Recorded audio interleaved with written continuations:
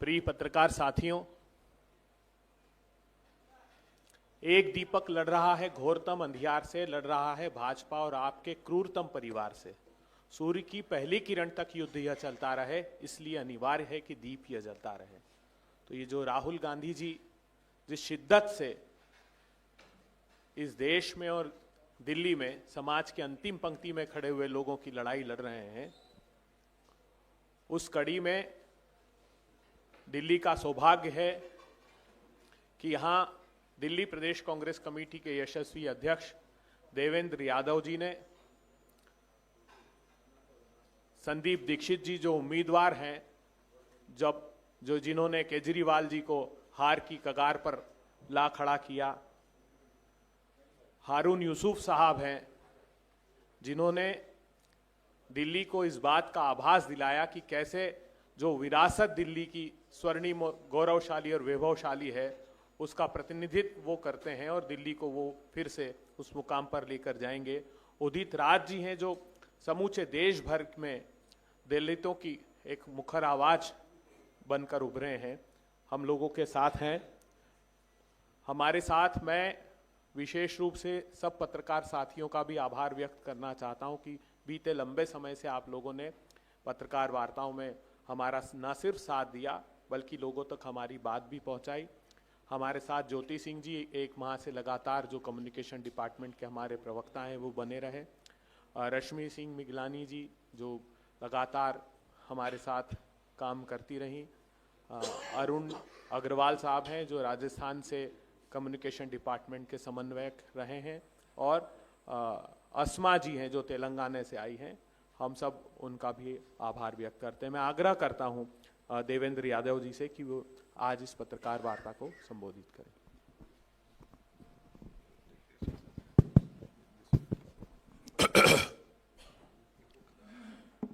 नमस्कार साथियों, आप सभी का स्वागत है।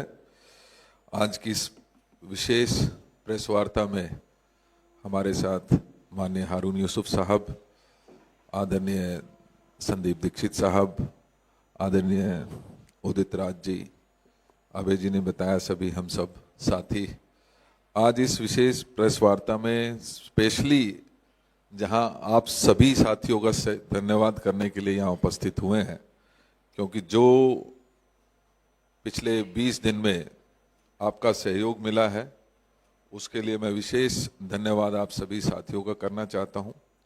और साथ के साथ बहुत ज़्यादा धन्यवाद करना चाहता हूं दिल्ली की जनता का। मुझे मालूम है जब आज से 8 महीने पहले जिस समय लोकसभा के चुनाव खत्म हुए और कहीं ना कहीं हमारी पार्टी और हमारा जो ऑर्गेनाइजेशन था वो मैं कहूँ कि काफ़ी कमज़ोर पड़ चुका था, लेकिन दिल्ली के जनता के प्यार ने और हमारे ऑर्गेनाइजेशन के सहयोग ने जहां पूरे दिल्ली में एक माहौल बदलने का काम किया, जिस तरीके से हमारा ऑर्गेनाइजेशन पिछले 6-8 महीने में पुनः एक बार नई ऊर्जा के साथ लोगों के साथ जो कनेक्ट उस समय हुआ वो बहुत अप्रत्याशित था। तो हमारा सभी साथियों के लिए मैं धन्यवाद करना चाहता हूं। लेकिन जैसा मैंने कहा कि इस बार का चुनाव एक विशेष चुनाव हम दिल्ली में भर में देख रहे हैं।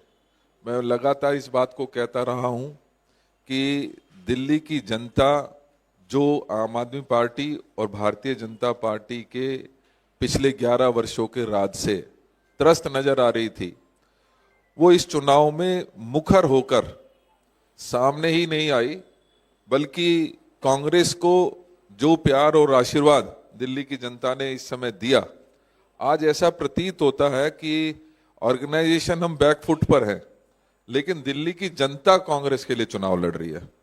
और उसी का नतीजा है कि आज हम मजबूती के साथ सपोर्ट हमें नजर आ रही है, जो दिख रही है, जो सड़कों पर आते हैं, जो हम घर घर जाकर जब हम वोट की अपील करते हैं, संदीप भाई कोशिश की है कि एक एक घर तक पहुंच पाए। भाई हारून साहब ने लोगों के बीच में घर के दरवाजे खटखटाकर हमने जिस तरीके से इस चुनाव को आगे बढ़ाया है और जो प्यार और आशीर्वाद दिल्ली की जनता का मिला है, मैं उनके प्रति पूरी पार्टी की तरफ से दिल की गहराइयों से धन्यवाद करता हूं और यही अपील करता हूं कि आने वाले 2 दिन बहुत महत्वपूर्ण होंगे। आपका प्यार और आशीर्वाद हमारे साथ इसी तरीके से जुड़ा रहे और दिल्ली का वो जो स्वर्णिम एक काल है, जो माननीय शीला दीक्षित जी के समय हमने एक वर्ल्ड क्लास सिटी का निर्माण किया था, पिछले 10 साल में जिस तरीके से वो ढहा है, आज जरूरत है दिल्ली को वही पुरानी दिल्ली जिसमें मेट्रो होती थी, जिसमें हर रोज नई मेट्रो चलती थी, नई बसें चलती थी, ग्रीन कवर बढ़ता था और इसके साथ साथ सोशल सिक्योरिटी का विशेष ध्यान मुझे याद पड़ता है कि उस समय किया जाता है। आज भले ही कुछ लोग फ्री की बात करके उस सोशल सिक्योरिटी जो हमारी एक जिम्मेदारी है उसके ऊपर मैं मानता हूं कि उनको कहना कि फ्री में दे रहे हैं, कोई माफ कीजिएगा, कोई फ्री में किसी ने नहीं दिया। हम माननीय शीला दीक्षित जी की सरकार के समय में से हमने ये कोशिश की है कि जो समाज में पिछड़ गया साथी, जो भाई पिछड़ गया, उसको कैसे बराबरी का दर्जा दे सके। और मुझे याद पड़ता है कि माननीय शीला दीक्षित जी के समय पर ही हमने 100 यूनिट फ्री, आप तो साहब बिजली मंत्री रहे हैं, 100 यूनिट फ्री पहली हम पूरी दिल्ली की जनता को दिया करते थे। उसके जो सेकंड 100 से 200 होती थी उसके ऊपर 50% सब्सिडी हम दिया करते थे। हम बुजुर्गों को पेंशन दिया करते थे और मुझे याद है जब लास्ट हमारा था तो उसी समय हमने बुजुर्गों के जो 70 साल से ऊपर हो गई थी उनकी 2500 रुपया हमने उनको पेंशन देने का काम किया।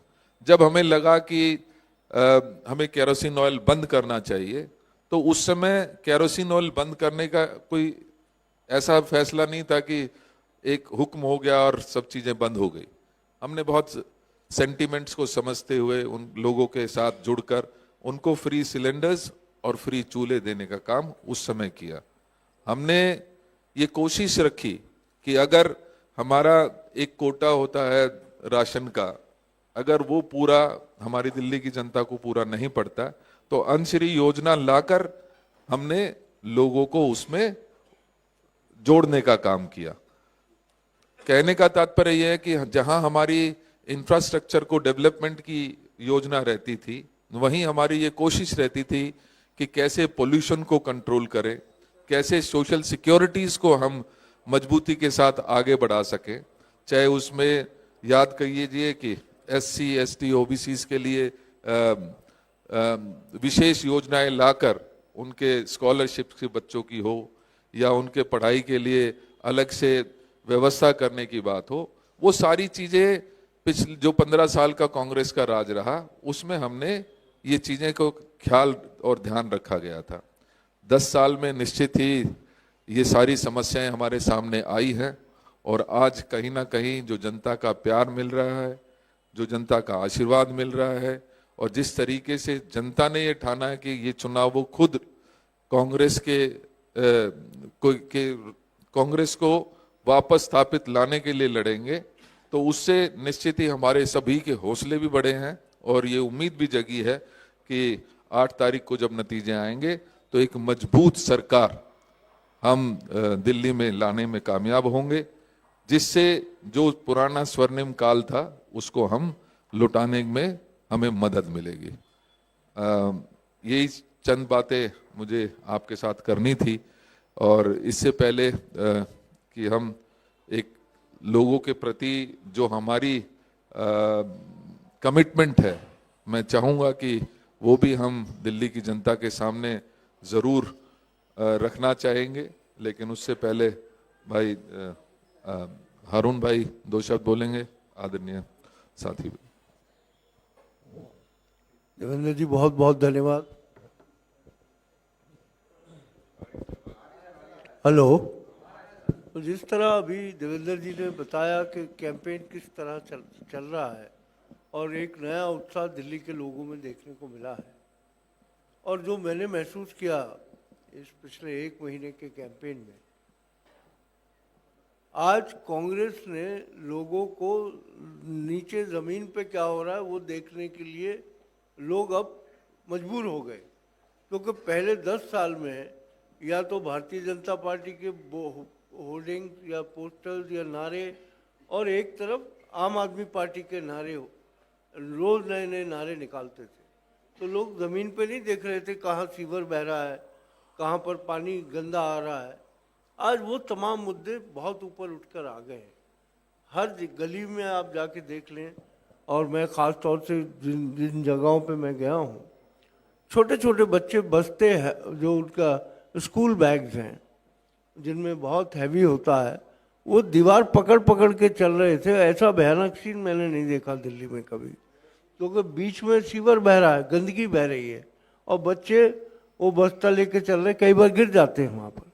तो ये कांग्रेस का जो कैंपेन हमारा रहा 1 महीने में, उसमें कम से कम लोगों को जो बुनियादी मुद्दे हैं, क्योंकि ऐसा वातावरण बना दिया गया कि आज ये वाला नारा है, कल हम वो देने जा रहे हैं, परसों ये देंगे, यही इसी तरीके से भारतीय जनता पार्टी करती रही।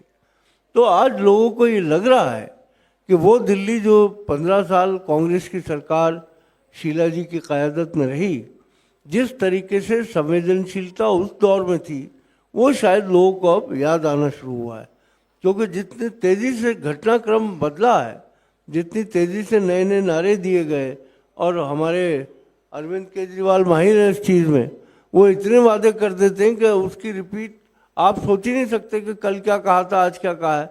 उस कन्फ्यूजन के अंदर उनकी सरकार भी चलती रही और भ्रष्टाचार भी चलता रहा। भ्रष्टाचार का जहाँ तक मुद्दा है, वो बहुत मैंने महसूस किया कि अब लोग ये मानने लगे कि ये आदमी जो ईमानदारी का ढोंग करता था, इसकी सच्चाई वही है कि जितना भ्रष्टाचार दिल्ली में हुआ, चाहे शराब घोटाला हो, चाहे जल बोर्ड हो, चाहे स्कूलों के अंदर कमरे बनाए गए हों, ये लोग अब समझने लगे। और लोगों को लगता है कि जिस तरह के इल्ज़ामात हमारी पूर्व मुख्यमंत्री शीला जी पे लगाए गए, उन लोगों को लगता है शीला जी के साथ बहुत ज़्यादा नाइंसाफ़ी हुई उस वक्त, और एक झूठ का जो पूरा आडंबर रचा गया था, उसके लपेटे में वो कांग्रेस की सरकार आई। लेकिन आज वो लोग रियलाइज़ करते हैं शीला जी का विज़न, कांग्रेस का विज़न, चाहे वो ट्रांसपोर्ट हो, चाहे पावर हो, चाहे पब्लिक डिस्ट्रीब्यूशन सिस्टम हो, आज कोई पूछने वाला नहीं। 10 साल से दिल्ली में एक राशन कार्ड नहीं बना, क्योंकि मैं सिविल सप्लाईज मिनिस्टर भी रहा, और उस समय हमारी कोशिश होती थी कि जो गरीब तबका है उसके उस तक राशन पहुँचे। हम पिछले 8 साल से सुन रहे हैं कि होम डिलीवरी कराएंगे। होम डिलीवरी कराने की कोशिश इसलिए कर रहे थे, डाइवर्जन आज भी हो रहा है, राशन का डाइवर्जन आज भी हो रहा है। जो 2 रुपये किलो गेहूं और 3 रुपये किलो चावल है, बहुत, अगर उसके ऊपर एक इंक्वायरी होनी चाहिए, क्योंकि मुझे जो मालूम है गरीब लोगों को कहा जाता है भाई तू 400 रुपये ले ले और राशन छोड़ दे अपना, और वो जो 2 रुपये किलो गेहूं है वो मार्केट में आराम से 24-25 रुपये वो बेचते हैं। तो ये जो एक धांधलेबाजी पीडीएस में है, मैं तो समझता हूँ इसकी जांच ज़रूर, अगर कांग्रेस की गवर्नमेंट आएगी तो इन चीज़ों पे जांच बहुत ज़रूरी है, क्योंकि ये भ्रष्टाचार के वो स्रोत रहे हैं जिसके नारे दे दे के अरविंद केजरीवाल, वो शुरू तो वहीं से हुए थे, राशन कार्ड से। जमुना पार में जो परिवर्तन बना, एक एनजीओ बनाई थी, उसमें हमेशा ये दावा किया गया कि हम तो गरीबों में काम करते हैं, और वहाँ क्या हो रहा था ये तो खैर वहाँ के लोग जानते हैं कि, या फेयर प्राइस शॉप वाले जानते हैं। केरोसिन जब हमने बंद किया था, उसका मेन मुद्दा ये था कि 80% केरोसिन डाइवर्जन होता था और वो पेंट इंडस्ट्री में यूज़ होता था। और मैं समझता हूँ शीला जी ने जो कदम उठाए, वो दिल्ली की फलाह बहबूद के लिए, बेहतरी के लिए आज लोग याद कर रहे हैं। और मैं समझता हूँ आने वाले वक्त में लोग एक अच्छी सरकार देखेंगे, कांग्रेस की सरकार देखेंगे। इन्हीं शब्दों के साथ बहुत बहुत धन्यवाद। आदरणीय संदीप दीक्षित जी। धन्यवाद साहब, बहुत सी बातें हो गई। मुझे मालूम है हम सबको आखिरी दिन की रैलियों के लिए भागना है, तो मैं ज़्यादा समय नहीं लूँगा, लेकिन मैं एक बात पूछना चाहता हूँ कि मैं भी और पार्टी भी, हम लोग कई दिनों से दो जो मॉडल बात किया करते थे केजरीवाल जी कि हम शिक्षा और स्वास्थ्य का मॉडल की बात करते हैं, उस पर जितने सवाल हमने इनसे खड़े किए आज तक इनका एक जवाब नहीं आया। मैं आपसे इतना भी कहना चाहता हूं, बहुत समय पहले मैंने इनकी सरकार से सवाल पूछा था कि आप अपने आप को वर्ल्ड क्लास हेल्थ कहते हो, वर्ल्ड क्लास एजुकेशन कहते हो, क्या मापदंड है? या खुद ही कोई प्राइज आपने लेके अपने आप को ही माला पहना दी? आज तक इनकी सरकार का जवाब नहीं आया और दुनिया में यह पता चला कि वर्ल्ड क्लास हेल्थ या वर्ल्ड क्लास एजुकेशन करके तो कोई मापदंड ही नहीं है, आप किसी को कुछ भी बना दो। लेकिन मैं केजरीवाल साहब से जरूर पूछना चाहता हूं कि आप जिस तरीके के काम शिक्षा और स्वास्थ्य में करते थे, वो हमारी जो 15 साल की सरकार थी उसके क्रांतिकारी काम से आप उसका औसतन भी आप विकास नहीं कर पाए। अगर हमने 150 स्कूल बनाए तो आप 11 पे अटक गए। ये जो सुंदर कमरों की बात किया करते थे, मैंने बार बार वो फोटो दिखाई है कि इससे बराबर के सुंदर कमरे, सुंदर कॉरिडोर, सुंदर बाथरूम तो हम लोगों की सरकार में प्रोजेक्ट रूपांतर के अंतर बनते थे।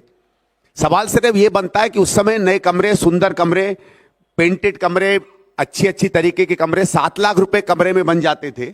आज वो 24 लाख रुपए कमरे कैसे हो गए? ये जरूर है तिगुना। अगर ये कहते हैं कि 3 गुना हमने पैसा खर्च किया, तो पैसा तो 3 गुना खर्च किया, रिजल्ट उसके आसपास भी नहीं निकला। वही अस्पताल हम बनाते हैं, अगर 19 अस्पताल कांग्रेस की सरकार बना पाई तो आप कम से कम एक ही बना देते। 7 अस्पताल हम लोगों के समय बनने थे, जिसमें बुराड़ी भी था, जिसमें द्वारका का भी था, जिसमें इंदिरा गांधी जी के नाम का अस्पताल था, वो तक आप नहीं बना पाए। अगर कोविड के समय कम से कम ये 3-4 अस्पताल ही बन गए होते, कुछ बेड्स और अवेलेबल होते तो और कुछ नहीं तो मुझे लगता है 2-4-5 हजार जिंदगियां ही कम से कम दिल्ली में बच गई होती। और बार बार मैंने ये कहा है कि ये जो इतनी जिंदगियां बच सकती थी, इसका सीधे सीधे जिम्मेवार कौन है? कांग्रेस ने 7 अस्पतालों की जमीनें तैयार कर दी, 3 पर काम चालू कर दिया, आप उसको 7-8 साल में बना तक नहीं पाए, बेड्स नहीं बना पाए। और जो लोग इन बिस्तरों के कारण, इन बेड्स के कारण जिनकी मृत्यु हो गई, उसका कौन जिम्मेवार है? आज तक ना केजरीवाल साहब ने यह जवाब दिया है, ना किसी ने इस तरीके के सवाल इनसे पूछे हैं।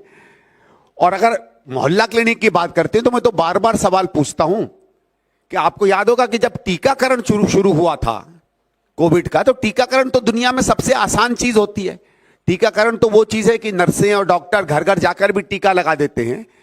कम से कम मोहल्ला क्लिनिक में टीकाकरण ही हो जाता। जो क्लिनिक टीकाकरण के लायक नहीं मानी गई, वो वर्ल्ड क्लास हेल्थ कहां से हो गई है, आज तक मुझे नहीं बात समझ में आई।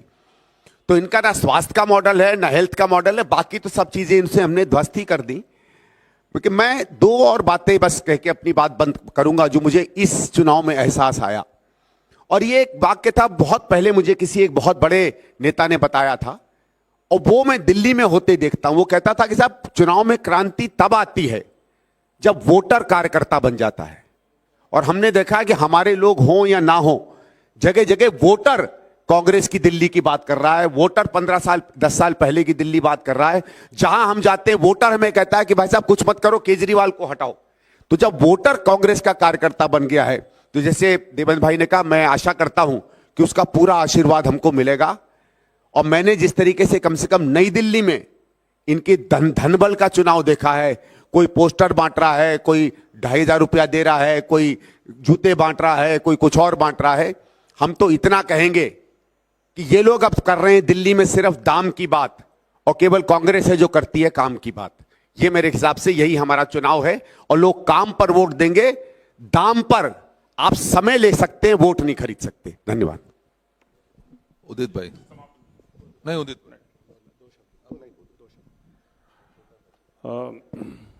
सम्मानित मंच, प्रदेश अध्यक्ष जी, पत्रकार भाइयों,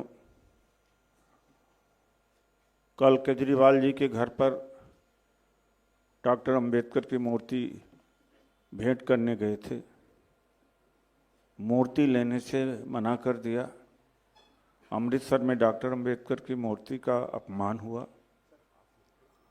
और जब मंदिर और गुरुद्वारा के पुजारियों को 18,000 रुपया प्रतिमाह देने का घोषणा किया, तो मैंने उनसे आग्रह किया कि जो बौद्ध नवबौद्ध हैं, रविदास के पुजारी हैं, वाल्मीकि, उनको भी 18,000 रुपया देना है। उनको उसको भी लेकर के हमने इनके घर का घेराव किया, जवाब नहीं आया।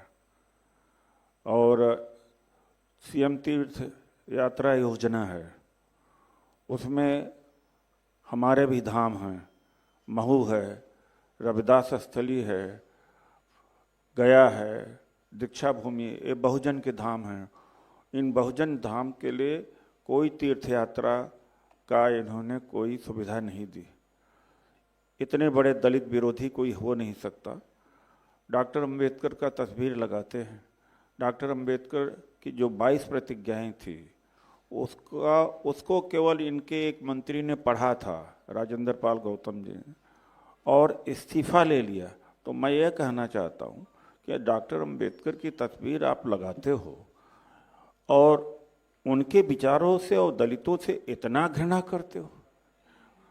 जाति जनगणना पर आज तक नहीं इन्होंने कुछ बोला, आरक्षण पर कुछ नहीं बोला। और 2014 में इन्होंने कहा था कि ठेकेदारी प्रथा समाप्त कर देंगे। इसका सर्वाधिक क्षति जो है दलितों को हुआ, नौकरी नहीं मिली, बल्कि ठेकेदारी प्रथा तेज कर दिया इन्होंने। तो मैं कहूँगा कि दलित विरोधी, पिछड़ा विरोधी, अल्पसंख्यक विरोधी है। दिल्ली दंगा में राहुल जी चल पड़ते हैं दंगा रोकने के लिए, लेकिन उन्होंने नहीं रोका। और तबलीगी जमात का इन्होंने ताला लगवा दिया। संभल में राहुल जी चलते हैं, संभल में जो हिंदू मुसलमान का होता, केजरीवाल जी चुप रहते हैं। मैं यही अपील करूंगा कि तो पुलिस तो रहेगी आगे भी केंद्र सरकार के साथ में, तो यही रोना आगे भी ये रोते रहेंगे कि हम मुसलमानों को नहीं बचा पाएंगे, हम दंगा नहीं रोक पाएंगे, पुलिस हमारी नहीं है। तो बेहतर है कि कांग्रेस को रास्ता दें। कांग्रेस कल केंद्र में भी आएगी और राज्य में भी आएगी, क्योंकि ये तो ये कहते रहेंगे केंद्र वाले काम नहीं कर रहे हैं, तो आगे भी तो 8 फरवरी के बाद में भी तो केंद्र की सरकार रहेगी, तो क्या फायदा आम आदमी पार्टी को वोट देने का। तो पुरानी कांग्रेस को वोट दें। और मैं तो ये कहता हूँ, ये इस चक्कर में मुस्लिम समाज और दलित समाज न आए, अरे भाई ये जीत नहीं रहे तो इनको वोट मत दो। वोट तब जरूर दो, क्योंकि हालत और भी खराब होगी आम आदमी पार्टी में आगे चल करके। धन्यवाद। धन्यवाद। एक सेकंड रुकिए। इससे पहले हाँ, मैं सिर्फ 2 बातें ज़रूर इसमें जोड़ना चाहता हूँ। इससे पहले कि हम दिल्ली की जनता के प्रति जो हमारी प्रतिज्ञा है उसको पढ़ें, मैं हमारी लीडरशिप का भी विशेष धन्यवाद करना चाहता हूँ, क्योंकि इस पूरे चुनाव अभियान के दौरान चाहे माननीय प्रियंका जी हों, राहुल जी हों या माननीय खड़गे साहब हों, वो पूरी तरीके से दिल्ली की जनता के साथ दिल्ली का विजन उन्होंने शेयर किया। दिल्ली की 5 गारंटियों के साथ साथ हमारा जो मैनिफेस्टो है उसके बारे में विस्तार से चर्चा की है।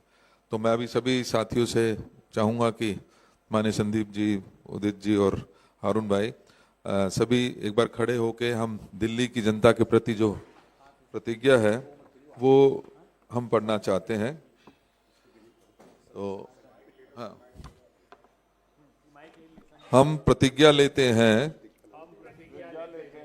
कि दिल्ली में कांग्रेस की सरकार बनने पर कांग्रेस की सरकार बनने पर दिल्ली का वायु प्रदूषण दूर करेंगे। दिल्ली का वायु प्रदूषण दूर करेंगे। साफ पानी का प्रबंध करेंगे। साफ पानी का प्रबंध करेंगे। दिल्ली को कूड़ा मुक्त करेंगे। दिल्ली को कूड़ा मुक्त करेंगे। जाम से मुक्ति दिलाएंगे। जाम से मुक्ति लाएंगे। यमुना की सफाई करेंगे। यमुना की सफाई करेंगे।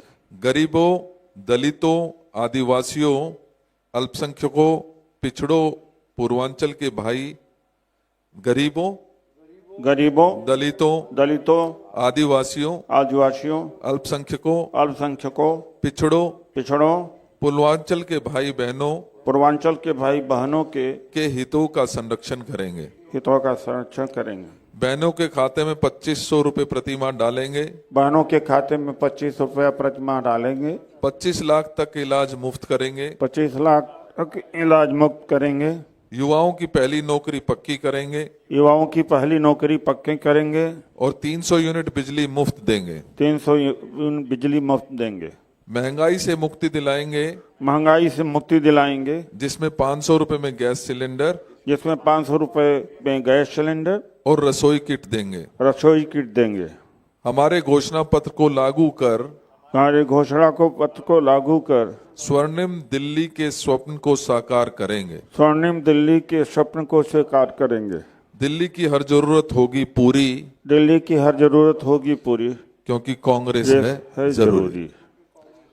बहुत बहुत धन्यवाद। ये प्रतिज्ञा हमारी दिल्ली की जनता के प्रति है।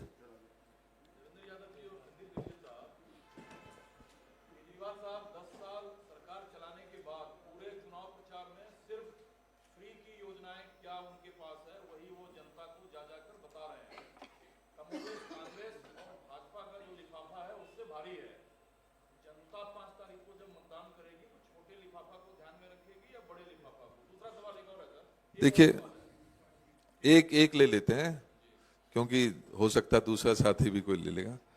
देखिए, इन सभी गारंटीज के पीछे सबसे बड़ा जो एक फैक्टर काम करता है वो है विश्वास का, वो है हमारा कमिटमेंट कि कौन व्यक्ति ऐसा, कौन पार्टी ऐसी है जो कहती है वो करती है।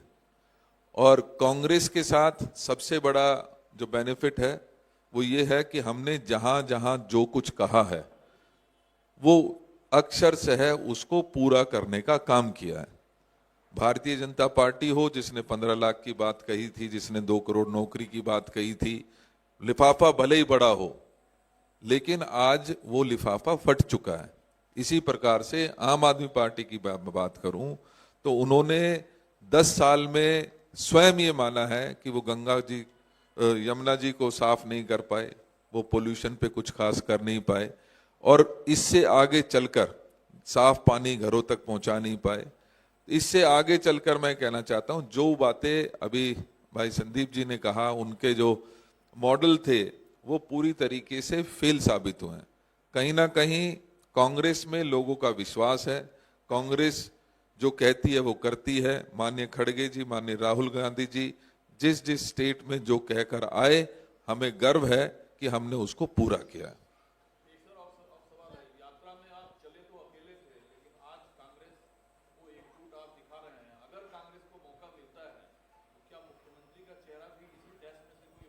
देखिए, मैं एक बात स्पष्ट कर देता हूं कि यात्रा में चले अकेले नहीं थे, ये मेरे भाई और हजारों हमारे कार्यकर्तागण और इसके साथ साथ दिल्ली की एक एक लीडरशिप, उस यात्रा में उनका सहयोग मिला। केंद्रीय लीडरशिप का हमें बहुत सहयोग मिला। आपको याद होगा शुरुआत में ही माननीय हिमाचल के सीएम साहब वहाँ रहे, अलग अलग समय पर अलग अलग, चाहे पायलट जी हों, चाहे हुड्डा जी हों, अन्य जो सभी साथी हैं वो लगातार यात्रा के साथ जुड़ते रहे। जहाँ तक मुख्यमंत्री की बात है, हमारे पास बहुत केपेबल चेहरे हैं, हमारे पास बहुत कैपेबल, जो एलिजिबल भी कहूँगा, क्योंकि आज जिस एक नाम का जिक्र ज़्यादा होता है वो तो एलिजिबल ही नहीं है, क्योंकि वो जेल में थे और जब बेल में बाहर आए हैं तो उसमें कंडीशंस हैं कि वो सरकारी दफ्तर नहीं जा सकते, वो सरकारी फाइल साइन नहीं कर सकते। हमें गर्व है, हमारे पास जो लीडर्स हैं वो सभी कैपेबल हैं, लेकिन हमारे यहाँ पर हमेशा एक सिस्टम रहा है, पहले विधायक चुने जाएंगे और विधायकों की जो इच्छा होगी उसके ध्यान में रखते हुए लीडरशिप फैसला लेती है और जो फैसला आता है वो सभी के लिए मान्य होता है।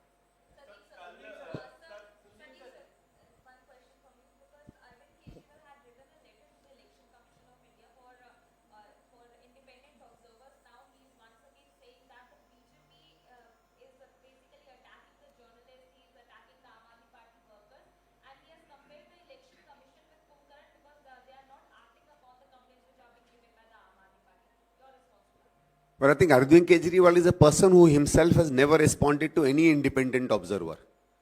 As I said, he makes his own claims. He does not even get his own claims clarified. But anyway, I've also seen what's been happening in New Delhi, and I can tell you it is both Aam Aadmi Party and BJP that have been resorting to violence, that have been resorting to trying to bribe voters. 2 days ago, my sister was campaigning in Jhuggi's near Teen Murti, where BJP and Aam Aadmi Party had a vicious altercation with each other. We've been telling Election Commission about money being distributed by Aam Aadmi Party and others.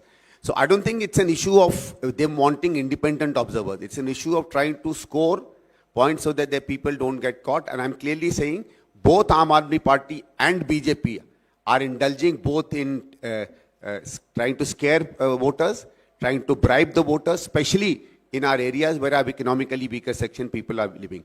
Congress is the only party which is coming out, not only in New Delhi, but in large parts of Delhi, almost entire Delhi, as the only party that is fighting with issues and with a vision for a developed Delhi.